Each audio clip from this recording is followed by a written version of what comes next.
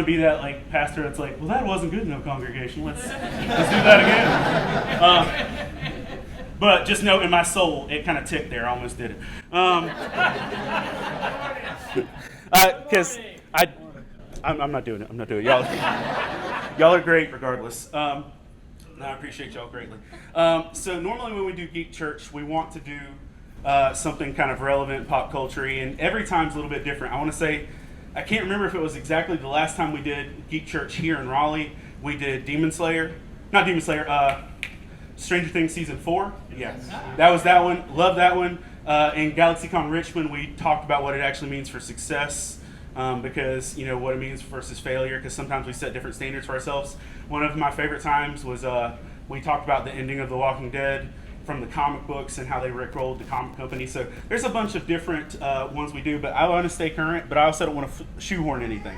My goal whenever I write or whenever I do messages is like, I don't want to do something just because it's to do it. I don't want to do it just when someone asks for it. I want to be able to actually follow where God's leading me and what I'm doing. And it's really hard to be in this culture right now at all and not have heard a certain term recently of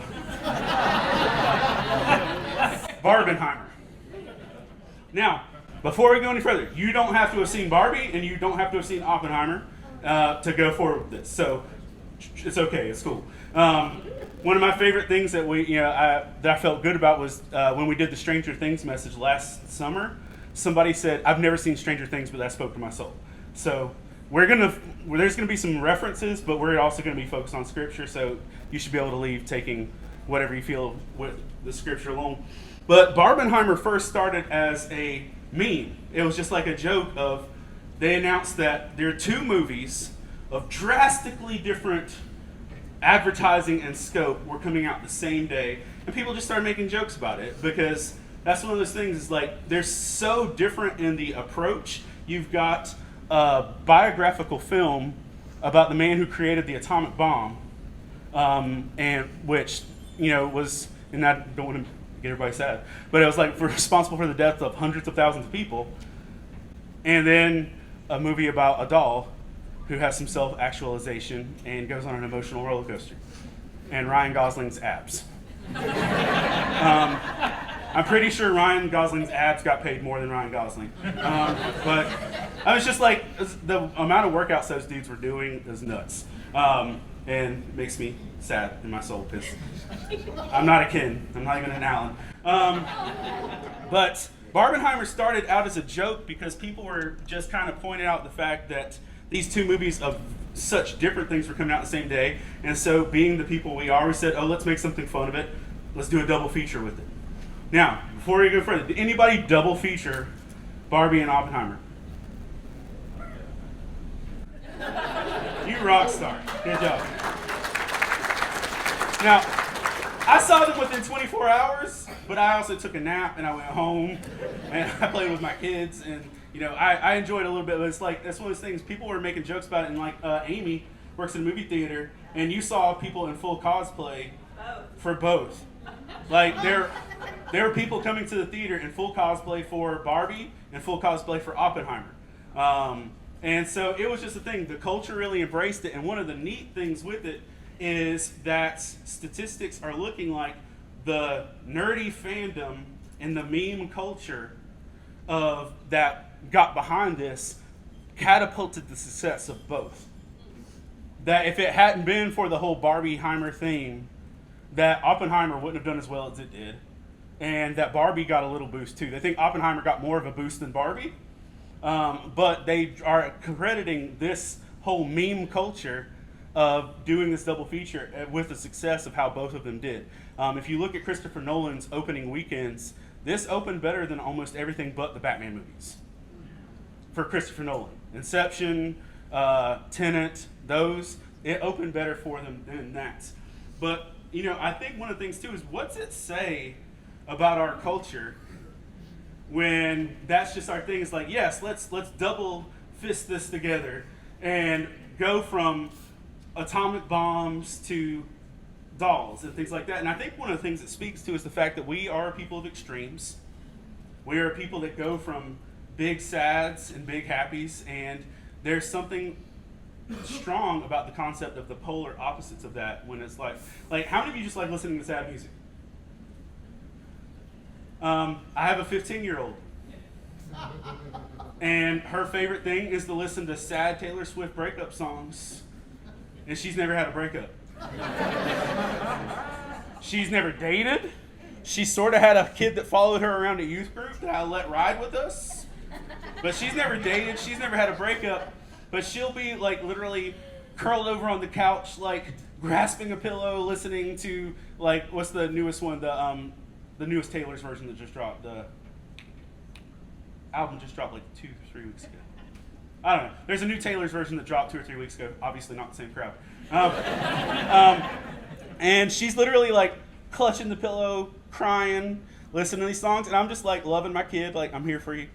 If you need to talk about your not yet trauma, I'm down. But at the same time, as soon as that's over, she'll literally turn around and watch Miraculous with her little sisters. Or, they'll go from I want a big happy to a big sad, because I think we realize life is full of the positive and the negative, the polar ends of things. And I think one of the scriptures that's so famous for this is, or if you're a Beatles fan, Ecclesiastes 3 says, there's a time for everything and a season for every activity under the heavens. A time to be born and a time to die, a time to plant and a time to uproot, a time to kill and a time to heal, a time to tear down and a time to build, a time to weep and a time to laugh, a time to mourn and a time to dance. We realize we go from these Barbenheimer moments where we go from this big, playful, dramatic idea to something cold and callous, and our lives are really like that, and usually we don't have much control over it. Usually we end up on highs and lows, whether we want to or not. There's one of my favorite scriptures is John 10:10, where Jesus says, I came that they may have life and have it more abundantly. He starts out with saying the thief comes to steal, kill, and destroy, but he follows it by saying, and I come that may have life and have more abundantly. One of my favorite speakers when I was a kid said this, Jesus offers us life abundantly, and life is ups and downs.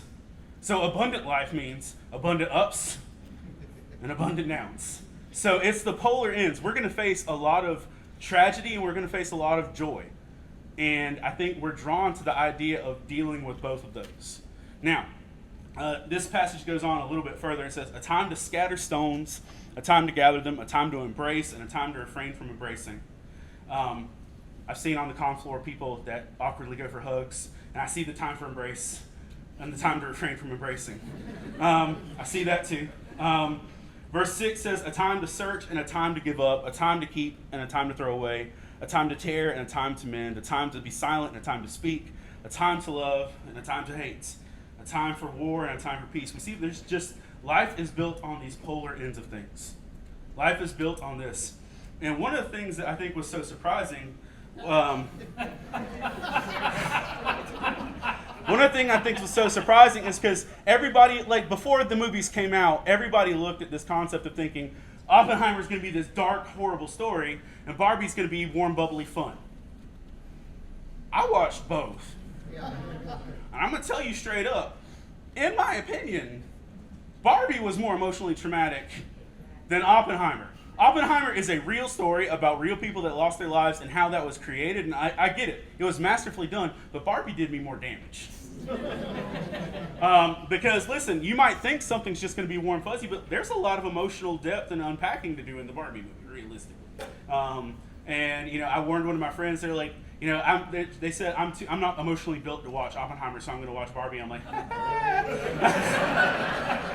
you're in trouble.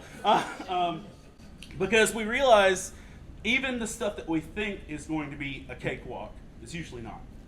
We enter seasons in our lives where we think, you know what, this is going to be easy. This is going to be peaceful. I'm about to go into my rest mode. I was just talking to my friend yesterday about a season where things were going well, and she came out of one season into another. Sometimes we think that, you know what, I'm in a season where everything's terrible and it's not going to get better, and we're wrong. It's going to get better. Sometimes we think everything's cool and it's not. There's no way we're going to have any problems, and we can be wrong. We don't always get what we expect with these things. Just like if you watch Barbie with no knowledge, you definitely got something you didn't expect. But I will say this: one of the things from Oppenheimer that stuck with me the most was this one question. If you're familiar with the story, it's not just about him building the bomb. It's about him being put on trial for it years later. And the very thing he was tasked to do, he was punished for in a later capacity. And when he was on trial, there were people walking around in the story, and this phrase came up a couple times. Who'd want to justify their whole life? Who'd want to justify their whole life? Because he had to give an account for every interaction he had, every person he was friends with, every person he talked to. And you realize, it's the communist era. We saw that with the McCarthyism and everything else. That's what those people were dealing with in that time. And it felt like he was being put on trial for that. And I feel like sometimes, even in our culture, without any authority, we're always putting each other on trial too. And that we're looking at everyone else, whether they agree with us, disagree with us, and we tend to put each other on trial, or sometimes you might feel like you're the one on trial. There is a passage that kind of reflects that as well. Romans 14:12. So then each of us will give an account of ourselves to God. Now, if you stop right there, I've heard people use that as like a finger-pointing warning of like, you're going to give an account to God. And that's the reality is, I truly believe Scripture to be true, and I believe, yes, we will all give an account to God for what we do with our lives. I believe that. I believe that to be true. But look what the next verse says. Therefore, let us stop passing judgment on one another. Instead, make up your mind not to put stumbling blocks or obstacles in the way of a brother or sister. Like when you put it all in together in the context, all of Romans 14, this whole chapter, and anytime, if you heard me in the Faith and Kingdom discussion panel the other day, or anytime you talk to me, Romans 14 is one of the most important chapters to me in Scripture. All Scripture is profitable for, I get it. It's all good stuff. For me personally, Romans 14 is one of the best chapters in Scripture because it teaches discernment. Because not everyone is going to have the same convictions. Not everyone is going to agree with what you do. Yesterday, if you're in here, hi. Yesterday, somebody was at my booth and we were talking about the street preacher outside. Okay. Yeah, we were talking, or there's a few of us that were talking about yesterday. And different things. Now, I have opinions, but the thing with that is everyone is going to see stuff in different ways. And if we all have to give an account for our lives, maybe we should stop trying to throw stuff in front of other people and work on ourselves. Because if we spend our time focused on ourselves instead of trying to tear down others and disagree with others and condemn others, we're going to end up in a better place with it. This says, therefore let us stop passing judgment on one another. Instead, make up your mind not to put any stumbling block or obstacle in the way of a brother or sister. And by the way, for context, this is the Apostle Paul, who is also the same guy who talks about holding each other accountable and actually keeping each other. This isn't just like throwing away discernment or accountability. He's saying, in light of the fact that we're going to be in different places in life, we should treat each other with a little bit more grace in how we're dealing with things. We are going to give an account for things. So maybe we should stop trying to hold each other to the point where we feel like they're being judged and condemned. Now, when it came to that, it was also hard to watch the movie of Barbenheimer and see the choices he made and say, well, yeah, you should be held accountable. Like, that was big stuff. Not just that it was like a criminal thing. That was life and death stuff on big scales. And when we actually look at with our lives and realize everything we do matters. Either everything matters or nothing matters. And I personally believe that everything matters, and I think we have purpose. I think you're created with love, and you're a masterpiece, and that your life has value and matter where you're at, regardless of any other status, because of who created you and who loves you. And with that, I think we need to treat each other with respect in that regard, because who would want to justify their whole life? Who'd want to do that? And the reality is, anytime we have to justify our life to somebody else, we're justifying our life to somebody who doesn't know us, who doesn't know our hearts, and who doesn't know everything we've been through in the process. The one thing that I love about the fact we are going to give an account to God is He's the one who actually knows me. He knows me better than I know me. He knows my heart, and if I have to give an account to Him, good. Because at least I know I'm going to be judged fairly and not with somebody else's bias. So I'll take that. I'll take that easily. Just to learn a line from Alert Barbie, because this is from Barbie, and it says, I just learned to cry. First I got one tear, then I got a whole bunch. Because when we're dealing with stuff in life, it can pile up on us. How many of you would feel like right now you've been through a season in your life where it feels like stuff just keeps piling on? How many of you feel like you're on the other side of that? You've crossed that line. You're past. Okay, good. Fantastic. Because listen, trauma doesn't have to be the end. There is healing. There is hope. There is stuff on the other side of that. But sometimes we're in that season where that season where it feels like stuff is just piling on, and it's just like we're never going to get out of it. And there's a moment where, not whole spoilers for Barbie, but she becomes aware of life and what life really is, and she's like, I just learned to cry. Got a whole bunch of tears. And sometimes, how many of you have that person that if the right person asks how you're doing, you're going to fall apart? Everybody else like, I'm fine, cool. The right person looks at you and says, how are you really doing? Or the right person hugs you, and you're just going to melt because you're holding it together for everybody else. Then the right person asks and you just crumble. That's me. I've got those people in my life, and the reality is we're all going through stuff that none of us have gone through before.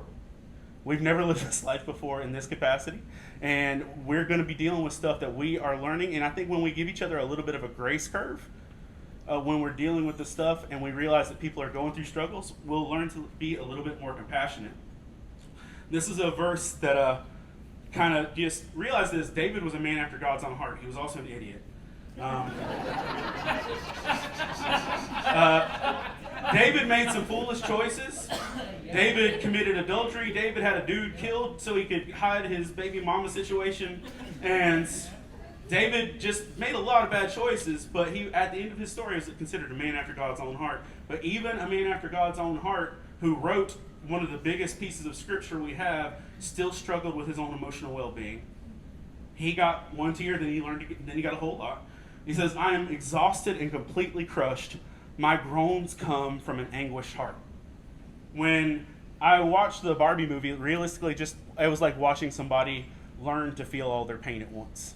And sometimes I think we build ourselves to be so superficial, so hardened, that if we ever actually let our feelings through, it's going to break us. And understand, if you feel hurt and you feel discouraged and you feel frustrated and you feel depressed, that doesn't mean you aren't valued. It doesn't mean you aren't loved. It just means the simple fact that you're going through something that's hard. And that going through hard things does not take away your value. It doesn't make you less of a person. It doesn't make you less loved. It doesn't make you completely broken or anything of that nature. You are loved regardless of how hard you're going through something. And you are valued regardless of how hard you're going through something. I'm just going to encourage you. Don't discount yourself because you feel like you don't have it together. None of us have it together. We're either broken and honest or perfect and lying. And that's where we're at with that. And so that's the verse that really hit me. That was, I do this thing, and I just started a few months ago. I'll do a one-verse movie review. Like, I'll watch a show or a movie and just give it one Bible verse to kind of try and summarize the whole vibe of it. This was my Barbie one-verse review. And so the Give an Account one was the one for Oppenheimer. But with that, I think that was the heart of it. And then Barbie goes on a little bit more, and I think we can all understand this. It says, someone's telling her, that's life, it's all change. And she responds with, that's terrifying, I don't want that. How many of you just feel like sometimes you look at what the potential of life is, and you're like, nope, don't want it. You're like, I don't want responsibility, I don't want taxes, I don't want fear, I don't want loved ones gone, I don't want any of this stuff. And when it comes to that, realizing we don't usually get a say in the stuff that's hard in our lives. We don't usually get a say in the stuff that kind of breaks us. But we can have a say in who we lean on, who we trust, who we walk with, and what we put our faith in, because that's going to do more good than anything else. Einstein has a quote in Oppenheimer, and I don't know if it's a literal Einstein quote. It's an Oppenheimer movie Einstein quote. If you aren't aware, Oppenheimer is based on a book, and there are liberties taken with the book that the family of Oppenheimer doesn't agree with. So, grain of salt, take that as it will. He says this, when they punished you enough, they'll serve you salmon and potato salad. That's such a sad reward. Make speeches, give you a medal, and pat you on the back, telling you all is forgiven. Just remember, it won't be for you. It will be for them. And he's saying, people are going to dog you. People are going to trash you. People are going to put you through anguish. Then at some point in time, they're going to say all is well. And they're going to act like they love you for it. And sometimes we feel like we're in that season where everybody that is our support network doesn't actually support us. They're just saying the things that they have to. I want to encourage you, find the people in your life that are actually supporting you, that are actually willing to be there for you, and not just show up when it's a good public appearance. And that's a hard thing to do, because listen, The older I've gotten, the more I've realized it's harder to make friends and actually have good friendships. So invest in those, not in just the people that will pat you on the back, or not in the people that will like your Instagram. Because, if they don't share your reel, they don't really love you. Just play it. But that's that idea that not every person that says they're your friend is their friend. Find people in your life that are actually going to invest in you, because that's going to matter. And with that, there's this verse, and this verse gets used for a million different things, and most of the time it's accurate for those things. Back to Proverbs, it says Proverbs 4:23, above all else, guard your heart, for everything you do flows from it. Listen, you can't guard your heart if you're not aware of where your heart is. You can't guard your heart if you're not aware of how your heart's current emotional status is. So if you're not actually checking on the status of, how am I doing emotionally? How am I doing mentally? How am I doing spiritually? If you're not checking on your heart, you can't really guard it. I just got Pokemon Sleep. Anybody else play Pokemon Sleep? What's up? Hey man, good to see you. Pokemon Sleep came with this, or it's part of this handy dandy doodad if you play Pokemon Go, that it catches Pokemon for you, it throws balls for you, it does all that stuff. But it also measures your sleep. It will tell you, you're not getting enough sleep. Your Pichu is tired, and you need to take care of it. And it literally gauges it in guards and says, this is what's wrong, this is what's right. And, most of the time, I'll be like, I literally have taken a couple extra sleeps, naps and such, so I can take care of my Pokemon better. So what's that say? What's that say about how I value myself if I'm more concerned about taking care of my Pokemon than me? That's a solid question, and I'm going to investigate that when I check on my own heart, which is what I need to do. But Proverbs 4:23 says we need to protect our heart. We need to guard our heart, for everything you do flows from it. And sometimes the stuff that breaks us down, the stuff that makes us feel crushed and overwhelmed, happens because we put our hearts in places that aren't safe in the first place. And we put our hearts in conditions where people that we think are safe with them aren't. That's again, you have to protect your heart, but you can't protect your heart if you don't know the condition of your heart and what's threatening it.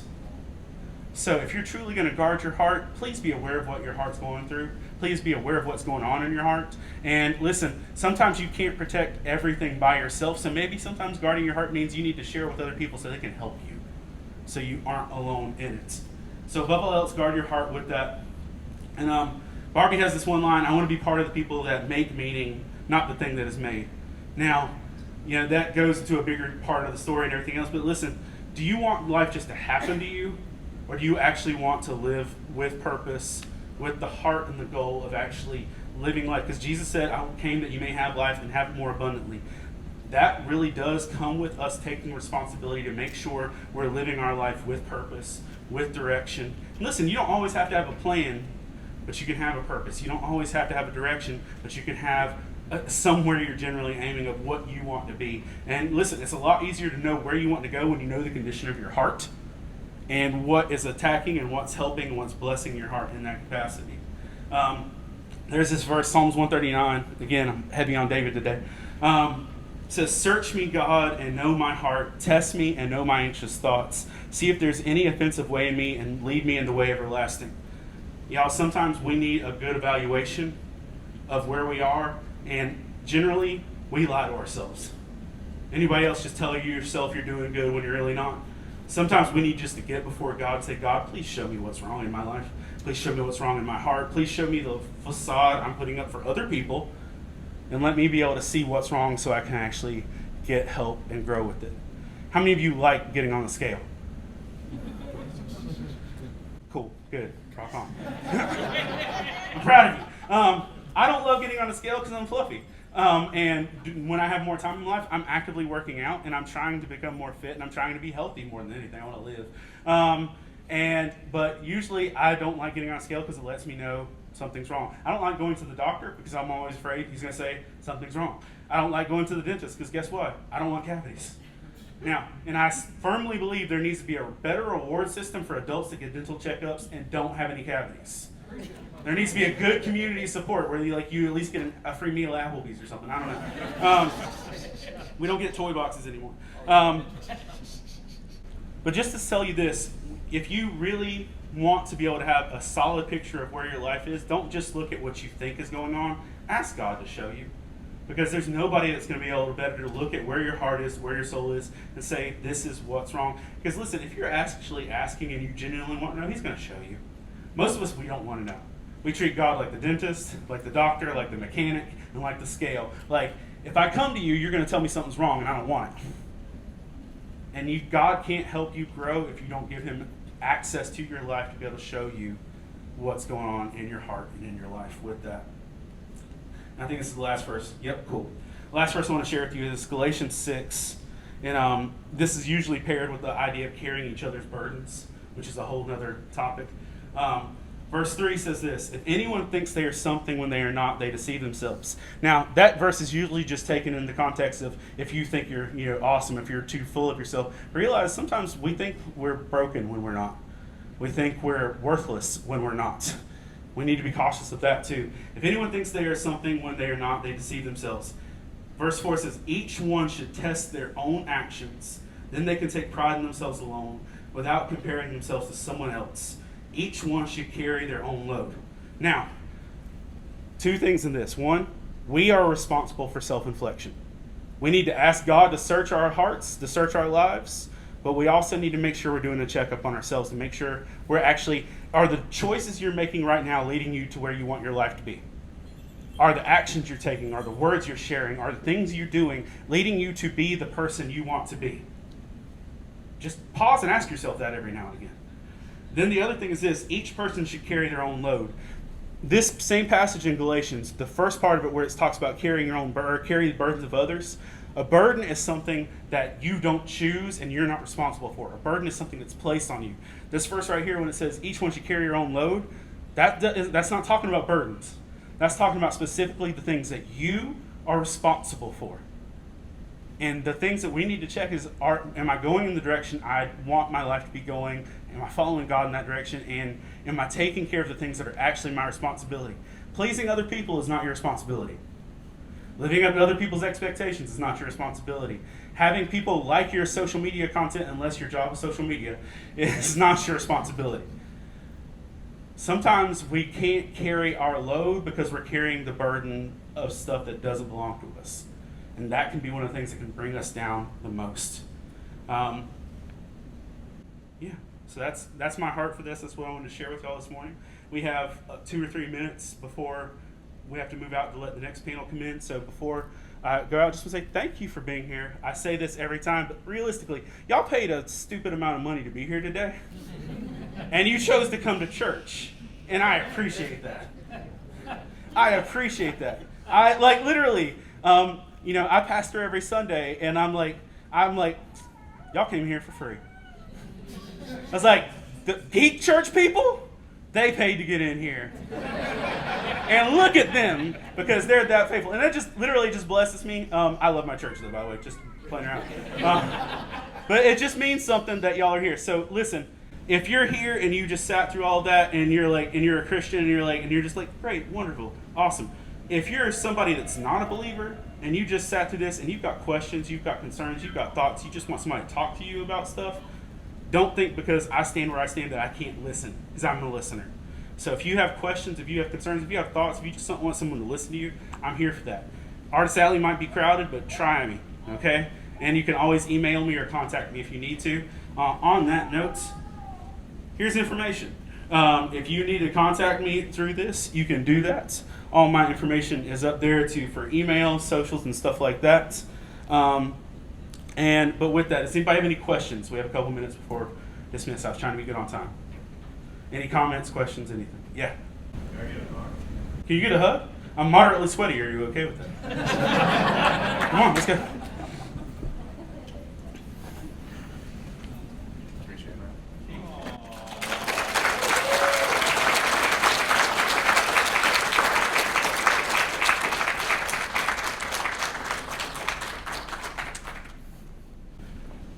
One of my favorite conferences I ever went to was a conference called Storyline, which is actually what my notebook is.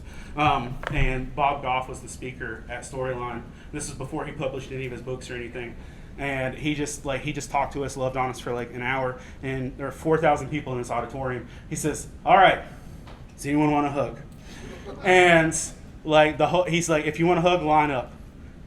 The entire 4,000 person auditorium got up and got in line, and they dismissed us for 4 hours to go get food, come back. Line was still going, and they waited for the whole conference so that everybody get a hug first. So I'm not gonna tell you no for that. Yeah. What's the name of your podcast? Faith and Fandom.